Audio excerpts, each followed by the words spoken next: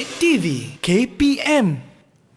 Assalamualaikum, selamat pagi, salam sejahtera. Hai kepada semua yang menonton teras di Didik TV KPM. Seperti biasa, temu janji kita 8 pagi mestilah menonton teras dan subjek kita hari ini adalah ekonomi. Sebelum tu, Nisa nak ingatkan kepada semua yang menonton ya, sentiasa pakai pelitup muka macam Nisa pakai sekarang ni.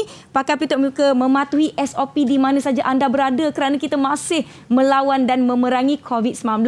Jangan lupa menjaga jarak sosial sekurang-kurangnya berapa? 1 meter dan cuci tangan, sanitasi tangan anda di mana saja anda berada supaya kita dapat kekal menjaga diri kita. Hashtag kita jaga kita. Baiklah, Nisa ada sebut tadi mata pelajaran kita hari ini adalah mata pelajaran apa tu? Ekonomi. Maaf, terganggu sedikit pagi ni. Nisa nak ingatkan di waktu-waktu pandemik ni bukan sahaja hidup kita terkesan, ya, belanjawan kita, ekonomi kita. Jadi mungkin hari ini adalah asas kepada apa yang mengesani hidup kita pada zaman kini. Jadi semua, bukan setakat penonton-penonton yang menengah atas, tetapi seluruh rakyat Malaysia juga haruslah beri perhatian terhadap topik kita pada hari ini. Dan guru yang akan bersama-sama dengan kita bukan calang-calang guru. Kita nak berkenalan dengan beliau. Jom kita tonton profil ini.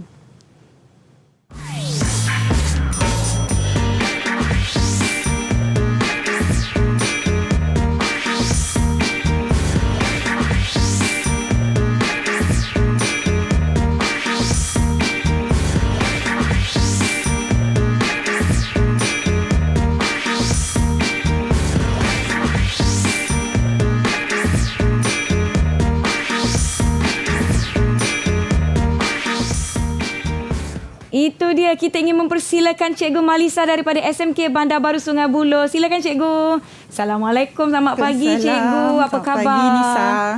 Cikgu macam mana pagi ni, okey? Alhamdulillah. Bersedia sihat untuk pelajaran kita pada hari ini? Yes. Sarapan sudah Cikgu? Alhamdulillah. Alhamdulillah. Baiklah Cikgu, apabila kita berada dalam keadaan yang kita berjaya menjaga jarak sosial sekurang-kurangnya 1 meter atau lebih, dan apabila kita perlu membuka mask kita, silakan Cikgu. Pastikan anda buka mask anda dan simpan mask anda sebaik-baiknya.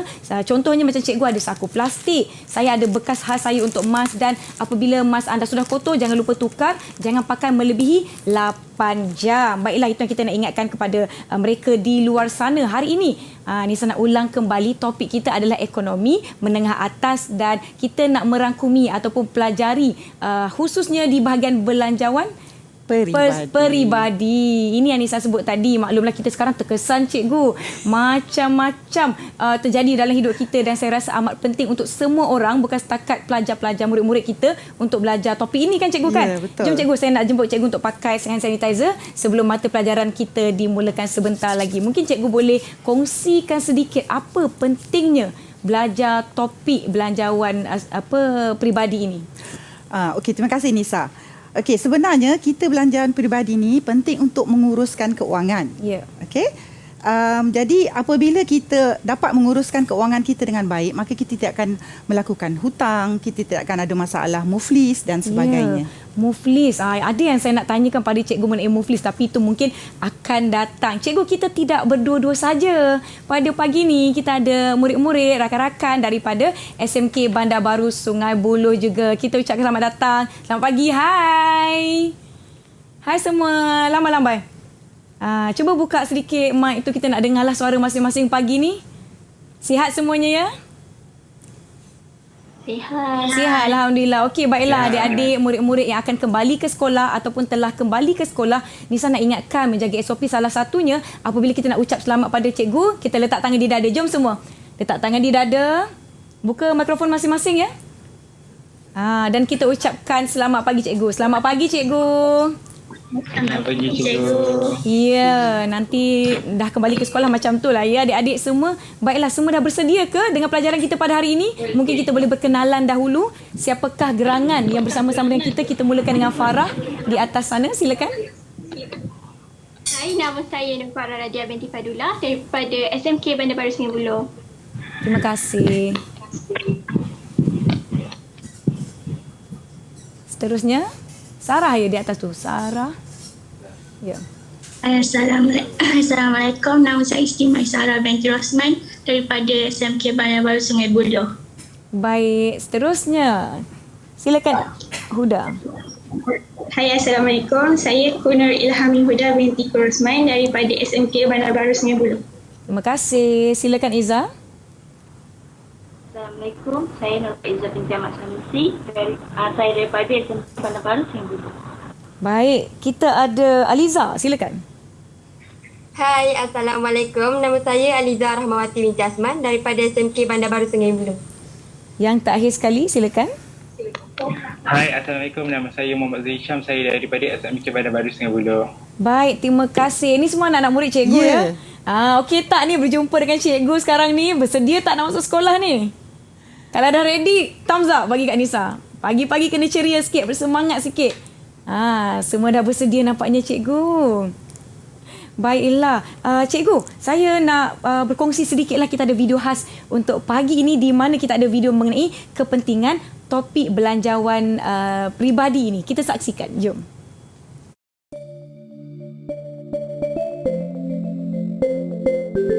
Mengapa kita perlu belajar belanjawan peribadi? Sebab bukan sahaja untuk peperiksaan SPM, tetapi yang lebih penting, ilmu ini kita boleh gunakan pada masa depan, iaitu bila kita telah mempunyai pendapatan, kita boleh buat belanjawan peribadi, mengurus kewangan kita dengan lebih baik. Hai, so daripada belanjawan peribadi ni, kita akan belajar cara mengelakkan diri daripada menggunakan wang secara berlebihan atau secara tidak mencukupi. Contohnya, kita akan beli barang keperluan dahulu dan baru barang kehendak. Contoh barang keperluan adalah barang dapur dan baru kita beli barang kehendak, iaitu saya rasa banyak faedah kita apabila kita tahu tentang belanjawan peribadi ni. Yang pertama, kita dapat mengelak pembaziran dengan cara mengutamakan barang penting seperti barang keperluan. Kita juga dapat menabung dan mencapai matlamat yang kita inginkan.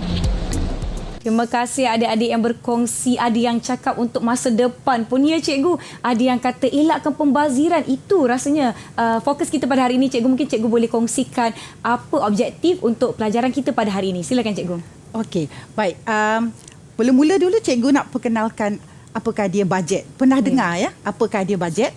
Okey, bajet ni adalah belanjawan. Negara pun kita ada bajet. Kan? Okey, jadi dalam ekonomi, bajet ni kita panggil belanjawan peribadi. Ya. Okey. So, cikgu nak perkenalkan satu benda lah ni. Kita ada benda ni. Ini dacing. Ya. Dacing ini orang dulu pakai untuk menimbang barang ya, Nisa. Okey. Jadi, kalau sebelah kiri kamu ni adalah pendapatan, kalau sebelah kanan ni adalah perbelanjaan, cikgu nak test kan. Macam mana kedudukan keuangan seseorang apabila cikgu meletakkan pemberat-pemberat ni. Okey. Baik. Sekarang kalau cikgu letak ini dan cikgu letak begini.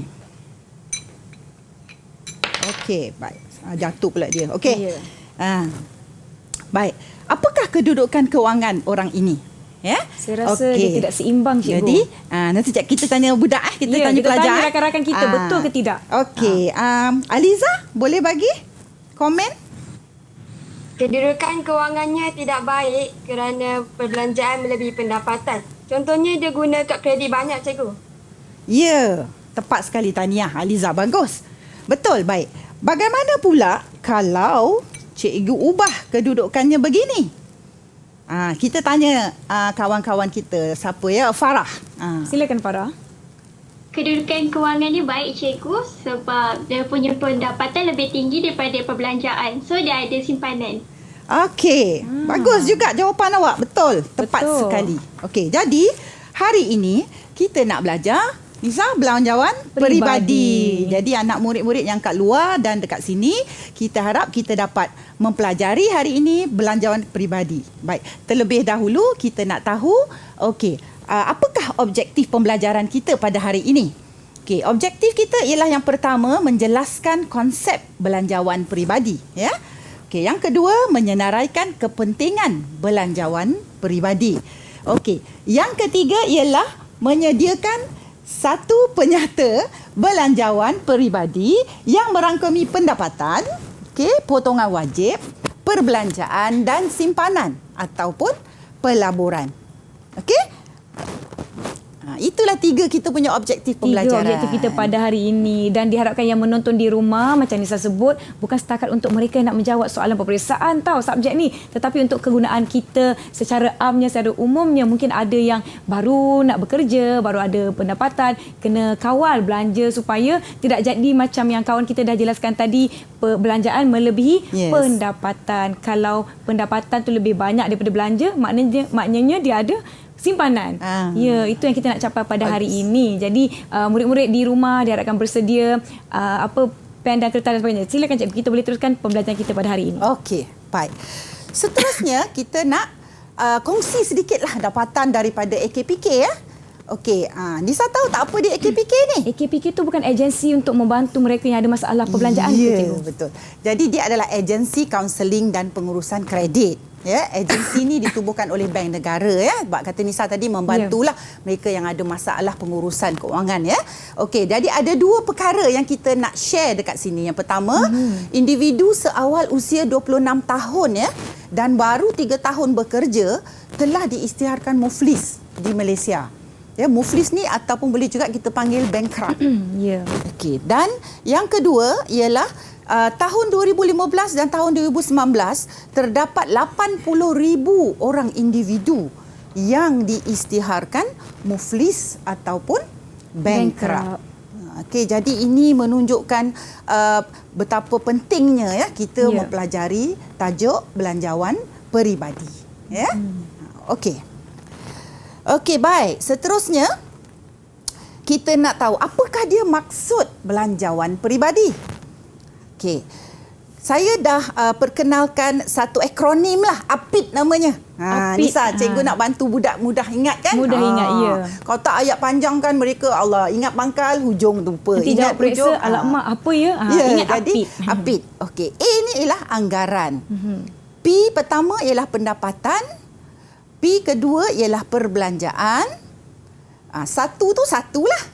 Dan T adalah tempoh, biasanya 1 bulan. Okey. Jadi kalau kita nak buat ayat, maksud belanjawan peribadi ialah merupakan anggaran, pendapatan dan perbelanjaan bagi satu tempoh, biasanya sebulan. 1 bulan. Cikgu saya nak tanya, adakah setiap kali kita buat perbelanjaan, kita ada belanja apa-apa, kita nak kena catat perbelanjaan peribadi ni? Belanjawan peribadi kita buat sebulan sekali. Bisa sebab kita dapat gaji sebulan sekali. Ya, betul. Tapi kadang ada orang kerja kilang, dia dapat 2 minggu sekali kan. Jadi dia boleh buat belanjawan 2 minggu sekali. Tapi kalau kita nak belanja, kita disarankan untuk menyenaraikan sahaja perbelanjaan. Menyenaraikan, jangan main membeli je ya. Jangan keluar je duit yang masuk tu banyak itu, tapi yang keluarnya lebih, cikgu ya. Saya harap adik-adik kita fahamlah setakat ini ya. Faham ya? Angguk senyum je masing-masing. Yang di rumah pun diharapkan mengikuti pembelajaran kita setakat ini. Dan sebelum kita berbincang dengan lebih lanjut mengenai APID dan topik-topik seterusnya, kita berehat dahulu. Jangan ke mana-mana. Jumpa selepas ini.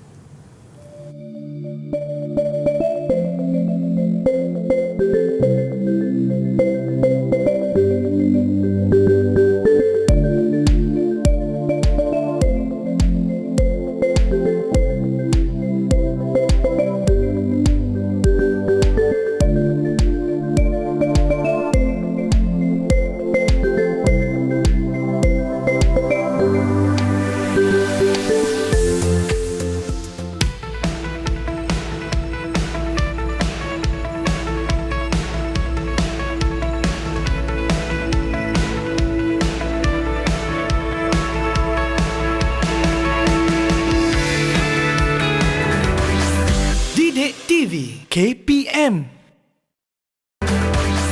Didik TV KPM.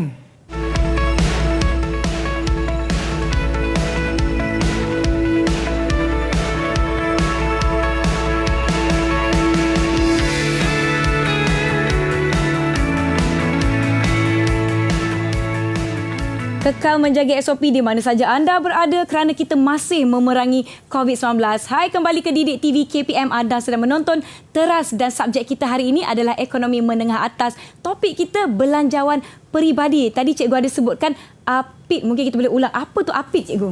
Okey. Baik, terima kasih Nisa. Maksud belanjawan peribadi APID ni ialah anggaran, pendapatan dan perbelanjaan bagi satu tempoh. Ya. okey. Itu adik-adik boleh ingat dan tulis ya.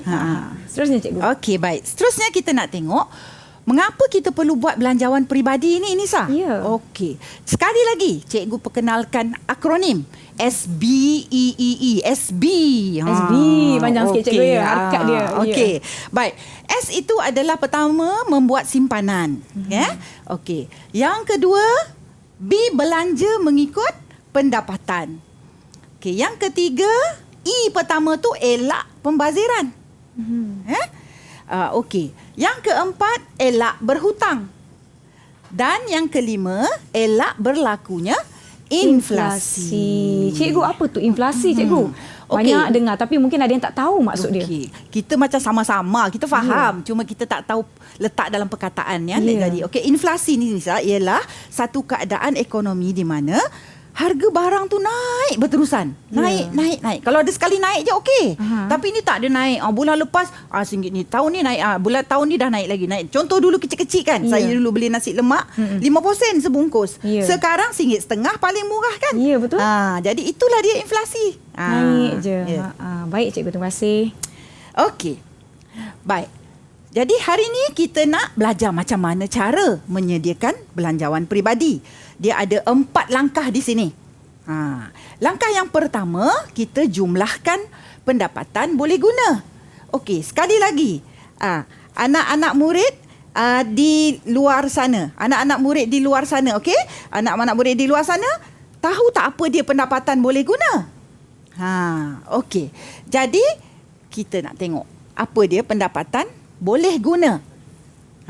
Kalau kita tengok macam ni je, kita rasa macam yang boleh digunakan lah kan. Dapat gaji gunalah. Tapi bukan semua je sah. Jadi kat sini kita tengok jumlah pendapatan yang boleh diguna. Ada ujung dia tu, selepas ditolak potongan wajib. Okey. Jadi dia ada rumus dia. Ada matematik sikit lah, mengira kan lah. Sebab wang ni kan duit. Duit ni kan angka kan. Okey, jadi kat sini jumlah pendapatan tolak jumlah potongan wajib. Ingat tu Okey, jumlah pendapatan tolak potongan wajib. Sebab nanti kita nak kira, cikgu suruh kira Jadi cikgu harap yang di rumah dan yang di sini sediakan mesin kira, kalkulator. Sebab kita akan berlatih mengira pendapatan boleh guna. Bersedia semua adik-adik ya. Baik. So, apakah potongan wajib? Okey, potongan wajib ni ada 4 jenis. Ya? Okey, 1, kumpulan wang simpanan pekerja atau kita panggil KWSP. Bahasa Inggeris ni kadang-kadang mak-mak ni, bapa-bapa dia sebut EPF. Umur aku dah 55 nak keluar EPF. Kan? Okey. Jadi ini di kadar kita syarum tiap-tiap bulan dipotong dari gaji tu Nisa 11%. Dan siapa yang bayar? Biasanya yang mencarum ni ialah pekerja swasta dan kerajaan. Okey. Yang kedua, cukai pendapatan individu. Baik. Dia ni adalah mengikut kadar, ya. Dan siapa yang bayar? Individu yang berpendapatan melebihi jumlah tertentu. Dia ada dia punya jumlah minima dia. Lepas jumlah tu baru kita boleh bayar cukai pendapatan. Baik. Yang ketiga, perkeso, Pertubuhan Keselamatan Sosial Pekerja. Baik. Ini bahasa panjang, baca bahasa buku teks kan. Tapi mak bapak kita selalu sebut SOKSO. SOKSO. Okey, contohlah aksiden, boleh claim SOKSO lah. Dan sebagainya. Okey, jadi yang ini kadarnya 1.75% daripada gaji kita dipotong setiap bulan. Jadi kita mencarum 1.75%. Siapa yang bayar yang ni? Yang mencarum ni? Pekerja swasta saja. Okey? Dan bagi yang bergaji kurang daripada RM4,000 ya Nisa? Okay. Baik. Dan akhir sekali kita sebagai orang Islam, wajiblah ni memang zakat lah. Zakat. Jadi kadar zakat ialah 2.5%. Dan siapa yang bayarnya? Orang Islam yang cukup syarat. Okey? Okey. Baik. Ada soalan ke dari student? Ada anak-anak kita, anak-anak ada kita soalan? Cikgu, adik-adik kita yang nak bertanya soalan. Saya ada soalan cikgu. Ya, silakan Aliza. Siapa tu? Aliza. Cukai pendapatan dikira setahun sekali. Tapi mengapa potongan wajib ni dipotong sebulan sekali? Bagus. bagus. Betul tu juga kan? Kan Oh, kita yelah. taksir kan setahun sekali kan? Ya, betul. Bila keluarkan iklan tu kan, sudahkah anda mentaksir kan? Ya, betul. Okey, baik. Okey, terima kasih Haliza pada soalan tu. Bagus sebenarnya. Baik. Jadi kita ni katakan kita kena 1,200 tahun kan? Ya. Tapi bila kita nak bayar sekaligus macam tu agak keberatan lah. Betul. Jadi kerajaan berikan kemudahan lah. Dipanggil PCB, potongan cukai berjadual. Jadi dari 1,200 tu kita bagi 12 balik. Jadi kita potong 120 sebulan, 120 sebulan, RM100 sebulan, Ya. 100 sebulan. Jadi tidaklah rasa sangat terbeban. Tak terasa lah 100 bulan tu mungkin tak berapa sedar lagi kot Ya. kan. Kalau 1,200 tu macam alamak, 1,200 boleh beli macam-macam. Ujung tahun pula kan. Ya. Nak pakai duit banyak. Okey. Baik. Okey, kita terus ya. Ya, Terus silakan, pada cikgu. start seterusnya. Bagaimana mengira pendapatan boleh guna ni? Okey, dah sedia dengan mesin kira, dah sedia dengan kalkulator Di rumah juga ya, anak-anak saya yang di rumah juga. Okey, mengira pendapatan boleh guna, kita ambil contoh ni Ali punya pendapatan dan potongan wajibnya. Okey, ingat lagi tak apa rumus pendapatan boleh guna? Cikgu nak tanya siapa ya? Rumus pendapatan boleh guna. Maisarah? Maisarah, silakan jawab soalan. Ya, cikgu. Ya. Apa rumus pendapatan boleh guna tadi? Pendapatan tolak potongan wajib, cikgu. Ya. Tolak terima potongan kasih. wajib. Betul. Very good. Terima kasih. Okey. Sekarang yang di luar sana dan yang di sini, silakanlah mengira berapa pendapatan boleh guna si Ali ni. Tekan kalkulator. Siapa ada jawapan boleh tulis di atas kertas, boleh tunjuk di skrin, kita nak tengok betul ke. Setakat ni mereka beri perhatian, nampaknya cikgu betul ke jawapan mereka. Ada yang dah siap mengira? Contoh yang diberikan agak ringkas. Ya, Farah dah sudah ke? Belum. Alamak, semua tu macam alamak kan. Masih mengira? Ada yang boleh tunjuk dah jawapannya? Saya dapat 4,550. Okey, very good. Kita check betul ke tak betul? Betul ke tidak? Ni dia. Jumlah pendapatan, rumus, tolak potongan wajib. Okey, pendapatan tadi dia ada 3. Gaji, pendapatan sampingan, dividen, simpanan. Okey, potongan wajib dia ada 3 juga. KWSP, cukai pendapatan, zakat. Okey, jadi dicampurkan semua jumlah pendapatan dapat 5,300. Dan ditolak dengan semua potongan wajib sebanyak 750. Jawapannya 4,550. Bagus. Thank you very much, Farah. Terima kasih, Farah. Okey, sekarang kita nak ada tak siapa-siapa nak tanya lagi kat sini? Ada lagi yang tanya. Mungkin ada yang tak faham ke. Ada siapa nak tanya apa-apa Ada yang kat perlukan sini? pencerahan. Ya? Cikgu, saya ada soalan. Silakan. Ya. Apa yang dimaksudkan dengan pendapatan sampingan? Oh, ya tak ya. Okey. Tadi cikgu ajar pendapatan boleh guna kan? Ya, pendapatan yang sampingan dapat tak sebut. majikan beri setiap bulan Pendapatan tu ya? sampingan ni kalau kita bahasa Inggeris sebut side income kan? Side income. Kadang-kadang orang ni dia kerja, tetap ada gaji, Ya, tapi betul. dia nak menambah lagi lah. So dia buat online. Contohlah Nisa jual tudung, jual brush. Jadi ini dapatlah masuk sebagai Jual pendapatan makanan sampingan. dan sebagainya. Ya. Ya. Okey? Faham ya Maisarah? Okey. Baik. Okey. Seterusnya. Tapi kan cikgu sebelum tu saya nak tanya, pendapatan sampingan boleh jadi tak menentu juga. Ada hari banyak, ada hari sikit. Macam mana kira ada yang bulan tak ada, macam mana cikgu? Jadi kat sini kita kalau kita berniaga tu, ini kita kena belajar nanti bab lain lah kan. Berniaga ni tak ada banyak teknik-teknik cara-cara kita nak memaintain atau nak mengekalkan keuntungan.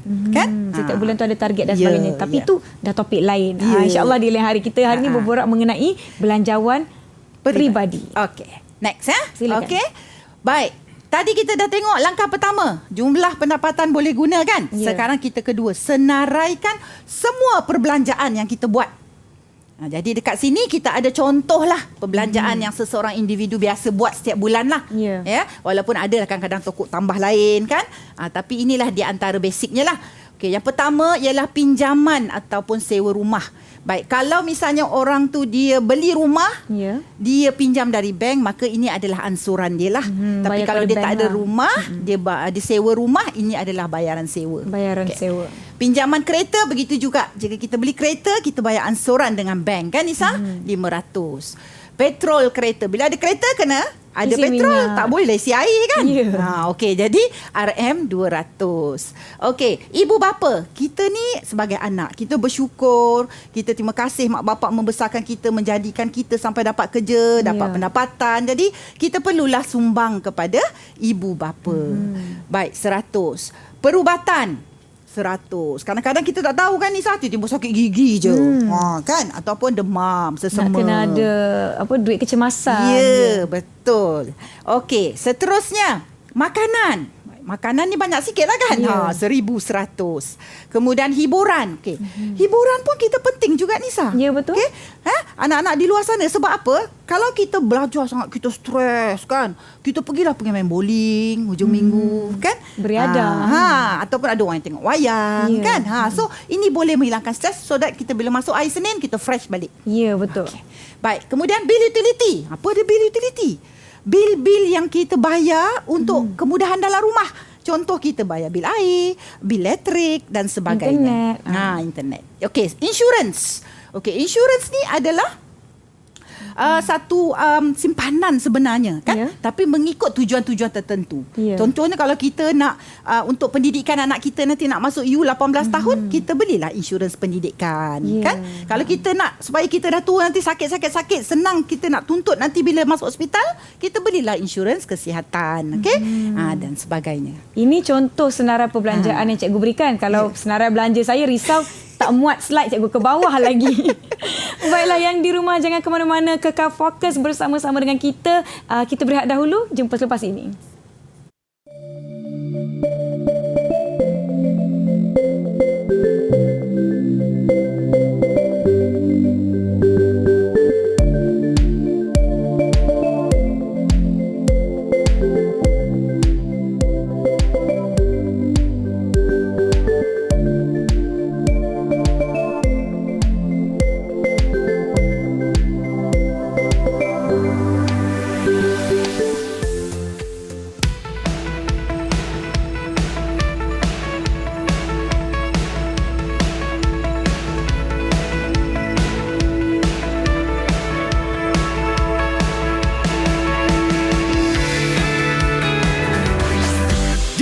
TV KPM.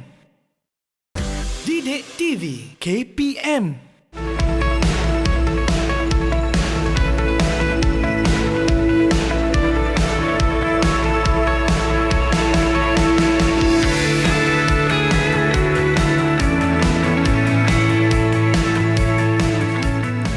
Kembali menonton teras di Didik TV KPM. Subjek kita hari ini adalah ekonomi dan topik kita adalah belanjawan peribadi. Masih bersama Cikgu Malisa dan juga rakan-rakan daripada SMK Bandar Baru Sungai Buloh. Baiklah Cikgu, saya lihat senarai perbelanjaan ni banyak senarainya. Mana satu yang kita patut utamakan dulu Cikgu? Bagus. Okey, baik. Nisa, ini tadi langkah kedua kan? Ya. Okey, sekarang kita akan masuk soalan Nisa tu pada langkah ketiga. Baik Cikgu. Iaitu kita kena susun perbelanjaan mengikut keutamaan. Okey. Jadi pertama kita utamakan barang keperluan dulu Nisa. Contohnya makanan, sewa ataupun pinjaman rumah. Kemudian yang kedua kita kena pilih barang kehendak. Ini paling susah. Ini tadi yang Nisa kata panjang senarai tadi tu kan. Okey. Kenapa kita perlu pilih Nisa? Sebab satu, barang kehendak ni dia banyak. Betul. Yang kedua dia pelbagai jenis. Okey. Jadi sekarang kita perlu pilih mana yang betul-betul kita akan guna dan penting pada kita. Okey, supaya kita tidak membazir. Okey? Okey, baik. Dan yang ketiganya kita kena susun nanti semua perbelanjaan-perbelanjaan yang kita dah senarai itu dalam penyata belanjawan mengikut 3 kategori ini. Perbelanjaan tetap, perbelanjaan harian atau berubah dan perbelanjaan luar jangkaan. Okey. Baik, setakat inilah. Adakah siapa-siapa nak soal? Adik-adik semua faham ya? Ada yang di rumah tak boleh lah. Ada yang nak bertanya? Silakan Huda. Apa contoh perbelanjaan luar jangkaan tu? Oh, ya tak ya. Okey. Baik, perbelanjaan luar jangkaan ni adalah perbelanjaan yang kita tak rancang. Okey, tapi kita kena keluarkan duit. Ya. Jadi contohnya ialah kita tadi sakit. Kos perubatan ataupun derma. Orang datang derma. Kereta rosak, cikgu. Ya betul. Kereta rosak dan sebagainya. Okey, baik. Jadi cikgu nak cerita sedikit lagi lah dekat sini perbelanjaan tetap tu ia adalah biasanya ada barang keperluan dan bukan keperluan dalam tu kan. Contoh tadi kita ada contoh kita kata sewa rumah lah tetap. Tapi insurans tetap tapi dia bukanlah keperluan kan. Jadi kita kena susun nanti dalam perbelanjaan tetap dan harian ni mana yang keperluan atas. Mana yang bukan keperluan bahagian bawah. Okey, baik. Seterusnya bila kita belanja tadi, pilih-pilih barang kendak tu sebenarnya kita telah menggunakan pepatah orang Melayu dahulu iaitu ukur baju pada badan sendiri. Ini yang kita tak nak sampai belanja melebihi pendapatan, cikgu kan? Jadi kita belanja ikut kemampuan kita. Okey. Baik. Seterusnya kita nak buat penyata belanjawan peribadi. Langkah seterusnya lah kita dah nak mula sediakan belanjawan peribadi tapi biasanya dalam bentuk penyata Nisa ataupun bentuk akaun lah. Jadi yang kita dah cari tadi pendapatan boleh guna RM4,550. Tapi menurut AKPK kita perlu simpan antara 10 ke 30% lah. Jadi cikgu letak kat sini yang paling tinggi lah 30%. Baru nak tanya agak-agak berapa banyak lah nak kena menyimpan, cikgu ya. Antara minima 10%, maksima 30%, lebih lagi pun tak apalah. Okey. Dan dekat sini daripada 4,550 jadinya kalau 30% 1,370. Okey. Seterusnya inilah dia kita nak susun perbelanjaan kita. Okey, kita nak susun perbelanjaan kita ikut kategori tetap, harian dan luar jangkaan. Okey, cikgu nak soal. Okey, siapa boleh jawab ni? Pinjaman rumah. Pinjaman rumah di kategori mana? Rakan-rakan semua? Perbelanjaan tetap. Okey, very good Farah. Okey, yang kedua. Pinjaman kereta. Okey, Aliza. Perbelanjaan tetap. Okey, betul. Okey, yang ketiga, insurans. Siapa tahu? Okey, Mai. Perbelanjaan tetap. Ya, betul. Tetap. Sebab dia sama je tiap-tiap bulan kan? Ya, betul. Okey, pemberian ibu bapa. Perbelanjaan tetap. Okey, perbelanjaan tetap. Very good. Okey, sekarang makanan. Tetap siapa nak jawab? Perbelanjaan harian. Okey, Zul. Bagus. Perbelanjaan harian. Kenapa? Sebab dia berubah-ubah kan? Ya, betul. Semalam makan RM30. Hari ni makan roti canai RM1 je. Esok makan nasi bujang, cikgu. Okey. Seterusnya, bil utility. Siapa tahu?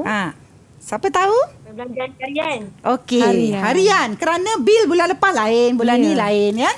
Okey. Hiburan. Perbelanjaan luar jangkaan. Hiburan betul ke perbelanjaan luar jangkaan? Perbelanjaan harian. Yes, harian ya. Okey, sebab kita contohnya bulan ni kita pergi main bowling bulan depan nanti kita pergi buat ajak keluarga pergi makan luar ke dan sebagainya. Okey. Baik, last perubatan. Okey, Faizal. Farah. Perbelanjaan luar jangkaan. Ya, luar jangkaan. Okey, very good. Awak dah mantap dari segi kategori-kategori ni lah. Okey, sekarang kita hanya masukkan je lah. Masukkan ikut tetap. Harian ikut harian. Okey. Kemudian luar jangkaan. Okey. Baik, dah sudah ni. Kita nak buat apa ni? The last step, langkah keempat. Apa kita nak buat ni? Kita nak tolak semua, cikgu. Betul tak? Ada yang boleh tolong Nisa tak? Betul tak jawapan Nisa? Siapa boleh tolong? Silakan Aliza. Tolong saya. Kita tolakkan pendapatan dengan jumlah perbelanjaan untuk mendapatkan baki ataupun simpanan. Okey, betul Tahniah Aliza. Very good. Okey, jadi kita jumlahkan perbelanjaan semua ni 3,200. Kemudian tadi Aliza kata tolak 4,550 dengan 3,200. dapatlah baki. Itulah yang kita simpan Nisa. Sebanyak 1,350. Jadi kesimpulannya bila kita buat belanjawan peribadi ialah pada langkah terakhir, iaitu kita imbangkan pendapatan boleh guna dengan perbelanjaan. Okey. Baik. Seterusnya, apakah yang kita boleh buat dengan simpanan ini? Okey, boleh bagi tahu dekat saya tak siapa ya? Maisarah? Ya. Cikgu, sedikit masalah teknikal sedang berlaku di sini mungkin di Google Meet kita. Tak apalah saya jawab cikgu. Saya ingatkan bila ada baki ni bolehlah shopping lagi. Salah cikgu ya? Tak, kita tak boleh shopping lah.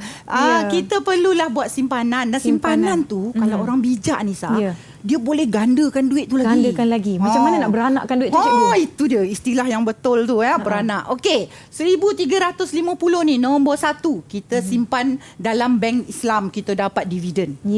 Okey. Tapi dividen tu macam okeylah, boleh. Okey, kita tengok pula yang kedua lagi. Dapat faedah kalau kita simpan dari bank perdagangan yang gunakan sistem konvensional lah, yang bukan syariah ya. Okey. Yang ketiga ni lagi bijak. Kita akan dapat untung jika kita beli rumah dan dijual bila harganya naik. Okey, macam mana ni Nisa?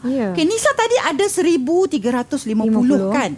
Okey, 350 put aside lah tak tepi. 1,000 tu kita ambil loan pinjam rumah. Rumah kedua. Okey, lepas tu kita sewakan rumah tu 1,500. Untung 500 cikgu. Tambah dengan 350 tu. Ada RM850 cikgu. Jadi kita bertambahlah duit kita tu. Jadi penyewa tu telah membayarkan pinjaman bank bagi pihak kita. Bijak. Kan? Okey. Sekarang ni banyak ni trend ni orang-orang muda buat begini. Tapi bila PKP ni dia terjejas sedikit lah aktiviti ni kan. Okey, baik. Yang keempat, dapat sewa jika rumah tambahan tadi disewakan, yang cikgu cerita tadi lah. Okey, kelima, dapat dividen dan untung jika beli unit amanah.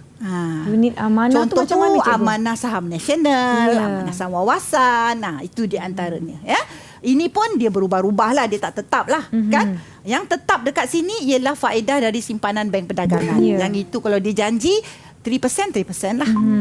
Hujung tahun akan nampak lah dividennya cikgu. Okey. Baik. Yang nombor 6 ni trend cikgu sekarang. Meriah cikgu. Okey. Ini cik-cik Kiah lah ni kan. Makcik-makcik Kiah Okey. Dapat untung jika beli emas dan jual apabila nilainya naik. Maklumlah sekarang ni bila harga emas tengah turun, beratus semua orang kat depan kedai emas cikgu. Sampai ke blok belakang lagi. Kita nak berborak dengan lebih lanjut lagi cikgu. Tapi sebelum tu saya rasa saya pun nak kena minum air ni. Saya pun dah berpeluh-peluh ni nak kena buat belanjawan peribadi. Kita berehat sebentar, jangan ke mana-mana.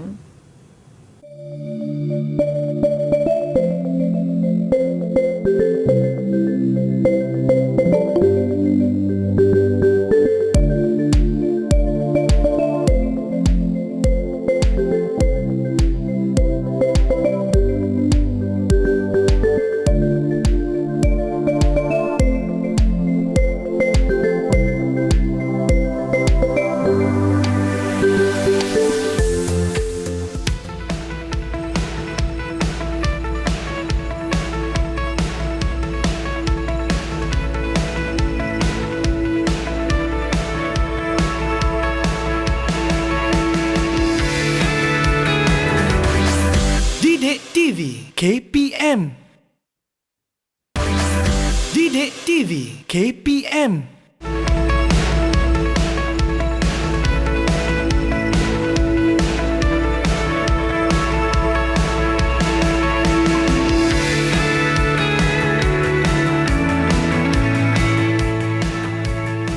Masih menonton teras di Didik TV. Tadi kami tinggalkan anda dengan poin yang nombor 6. Dapat untung jika beli emas. Cikgu, sekarang ni trend pula dah orang beli emas banyak-banyak. Maklumlah harga emas turun. Adakah ini sesuatu perkara yang baik ataupun satu pelaburan yang baik? Dan kalau tiba-tiba perbelanjaan luar jangkaan tadi, perubatan, kemalangan dan sebagainya, nak guna cash secepat yang mungkin. Macam mana tu cikgu?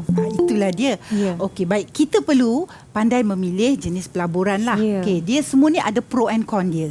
Jadi kalau Nisa beli emas tadi kan, dia punya risiko tu lah dia. Harga turun. Ya. Jadi bila Nisa nak jual nanti, bila katakan nak pakai kecemasan kan, nak cash kan, nak cairkan dia, jadi harga dah turun. Ya. Tapi kalau misalnya Nisa nak memang yang tak turun-turun, kat sini saya tengok nombor 1 tu dia berubah-ubah dividen. Nombor 2 tu tak berubah, dia tetap. Okey, nombor 3 tu dia tetap juga. Memang sewa rumah ni jarang lah biasanya kan, orang tak ada orang kan. Kalau kita beli lokasi yang bagus. Okey, kemudian yang keempat dapat sewa. Okey, pun juga tetap biasanya. Yang kelima dapat dividen. Dividen ni pun berubah-ubah. Dan yang keenam ni tadi pun untungnya berubah-ubah ikut nilai. Mengikut musim lah cikgu Ya. Yang tadi yang untung beli rumah tu tadi macam cikgu ada sebut lokasinya bagus. Mungkin tahun ni lokasinya biasa-biasa baru nak membangun. Lagi 2-3 tahun dia naik kan dekat kawasan tu, naik lagi harga rumah cikgu ya. Ya, betul. Kat situlah pentingnya kita ada maklumat bila kita nak buat pelaburan. Betul. Okey, boleh kita teruskan Silakan cikgu. Sekarang kita tengok negara pun ada belanjawan. Ya. Okey, jadi dekat sini kita tengok 2021 daripada jumlah hasil kita 236.9 bilion pendapatan lah tu Kemudian kita belanja 322.5 bilion. Nisa fahamlah kenapa kita belanja banyak sekarang PKP dan sebagainya kan. Okey, jadi dekat situ daripada perbelanjaan persekutuan 322 tu kita bagi kepada dua jenis, pengurus dan juga perbelanjaan pembangunan. Mengurus ni macam contoh bayar gaji pekerja, bagi subsidi, bantuan, semua-semua itulah. Sebab tu dia besar sangat jumlahnya. Dan ini adalah peruntukan terbesar dalam sejarah di Malaysia. Dalam sejarah negara kita. Cikgu, dan pembangunan kita masih teruskan. Cuma kita slow down lah sedikit. Kita tumpuan kepada COVID-19 ni. Betul. Okey, baik. Dan cikgu nak bagi ingatan lah Okey, apabila kita membuat belanjawan peribadi, kita jadi orang yang bertanggungjawab, Nisa. Kita ada amanah, pendapatan kita perlu dibelanjakan dengan sebaik-baiknya. Kemudian yang kedua juga, kita akan menjadi orang yang mengurus keuangan dengan bijak. Dan apabila kita membuat pembelian, kita perlu apabila kita membuat pembelian, kita perlu berbelanja secara sederhana. Tadi saya cakap berbelanja ikut ukur baju badan sendiri. Jangan membeli belah. Kemudian last sekali ialah kita juga akan menjadi seorang yang bersyukur. Betul. Menggunakan pendapatan kita dengan sebaik-baiknya, itu tanda syukur kita kepada Allah, Nisa. Ya, jadi adik-adik, okey tak semuanya setakat ini? Semua faham ya? Ya, terima kasih tadi adik-adik ada yang menjawab soalan, ada yang bertanya, dan adik-adik perlu diingatkan daripada muda ni lah nak kena jaga perbelanjaan kita cikgu kan. Jadi apa yang saya sebutkan daripada awal tadi, topik kita pada hari ini bukan setakat untuk mereka yang menjawab soalan peperiksaan, bukan setakat nak lepas silibus semata-mata, tetapi untuk kegunaan kehidupan kita secara amnya. Nisa pun dah mengambil nota apa yang selama ni mungkin Nisa tak buat, alamak lupa nak buat belanjawan, lupa nak senaraikan apa yang penting dahulu. Ya, adik-adik jangan lupa ya. Lagi-lagi di waktu muda ni lagi nak kena ingatkan diri. Baiklah cikgu, saya ingin ucapkan berbanyak-banyak terima kasih lagi pada cikgu. Mungkin ada lagi yang cikgu nak kongsikan kepada penonton di rumah dan juga adik-adik kita, rumusan subjek kita pada hari ini. Okey, baik. So, rumusannya ialah belanjawan peribadi ini penting. Jadi saya harap sangat anak-anak murid saya di luar dan juga yang di sini supaya mengamalkan, menjadikan tabiat sampai ke hari tua. Daripada duit belanja hari ini RM5, kita buat bajet juga. Sampai besok bila dah gaji sampai RM5,000.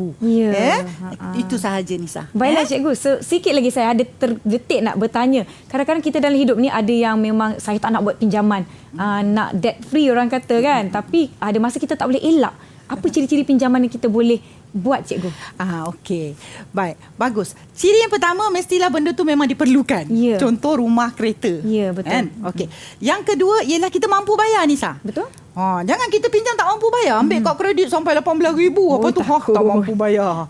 Okey, lepas tu yang ketiga ialah kita mesti ada tanggungjawab nak bayar. Betul. Ada orang mampu tapi tak nak bayar. Dia belanja je. Jadi 3 je ciri tu. Bahagian membayarnya culas. Jadi tak naklah macam tu. Okey cikgu, sikit lagi nak tanya. Tadi cikgu ada menyebut mengenai agihan perbelanjaan, apa saranan KPK. Macam mana kita nak buat agihan tu cikgu? 451. 451. Apa tu nombor telefon cikgu? 40% pinjaman daripada pendapatan. Ya. Kalau gaji RM1,000, 400 boleh bayar pinjaman. Ya. Okey. Kemudian 500 untuk perbelanjaan. Semua itulah tetap harian semasa tu. Okey. Kemudian 100 lagi simpanan. 10% simpanan. 10% simpanan sekurang-kurangnya Minima 10 sen. Baiklah, saya nak tanya, maklumlah zaman sekarang ni bila kita tak dapat elak pinjaman, tak dapat elak hutang, mungkin daripada awal lagi cikgu boleh sarankan apa hutang yang paling-paling kita perlu elakkan? Hutang kepada pakaian yang berlebihan ikut trend. Trending, biasa trending itu bukan keperluan. Ya, okey. Handphone aku lah, aku nak tukar baru. Apple keluar yang baru punya. Contohnya lah kan. Keluarlah telefon 12 jenama 14 limau, jenama limau yang baru keluar. Ya. Nak ikut perkembangan semasa. Betul. Itu yang patut kita Sedangkan elak. apa yang kita ada masih boleh digunakan dengan baik. Mungkin ada yang baru beli, tiba-tiba keluar pula yang baru. Maklumlah teknologi laju kan. Jadi elakkan belanja yang tidak perlu. Sekali lagi kita ingin mengucapkan terima kasih juga kepada rakan-rakan daripada SMK Bandar Baru Sungai Buloh. Terima kasih semua. Kalau okey, alhamdulillah pelajaran kita pada hari ini. Thumbs up lagi sekali. Alright. Baik. Terima kasih Cikgu Malisa. Jangan lupa kepada semua di rumah dan juga di studio, teruskan menonton Teras di Didik TV setiap hari 8 pagi. Subjek kita berlainan, topik-topik yang menarik dan guru-guru yang berpengalaman akan bersama-sama dengan kita. Saya ucapkan terima kasih sekali lagi. Assalamualaikum. Bye. Lama adik-adik semua. Bye. Dalam menjayakan kelas-kelas PDPR Pendidikan Islam, saya telah mengadakan pelbagai aktiviti dengan menggunakan platform yang berbeza seperti Google Meet, YouTube Live dan ada kalanya saya menggunakan media sosial seperti Instagram Live untuk menyampaikan isi pelajaran dan memberi kefahaman kepada pelajar-pelajar yang mengikuti kelas saya di rumah masing-masing. Kalau dilihat apabila sekolah akan buka semula ya, dan ini juga memberi masalah lah terutamanya kepada pelajar yang selama ni ya, mereka punya masa PDPR bermula pada pukul 9 pagi ya, dan mereka menggunakan handset dan juga televisyen. Kini apabila berbuka, mereka kena bangun awal, terutamanya kalau sekolah pun bermula 7.30 pagi, bermakna pukul 6 pagi tu mereka dah perlu bersedia untuk pergi ke sekolah.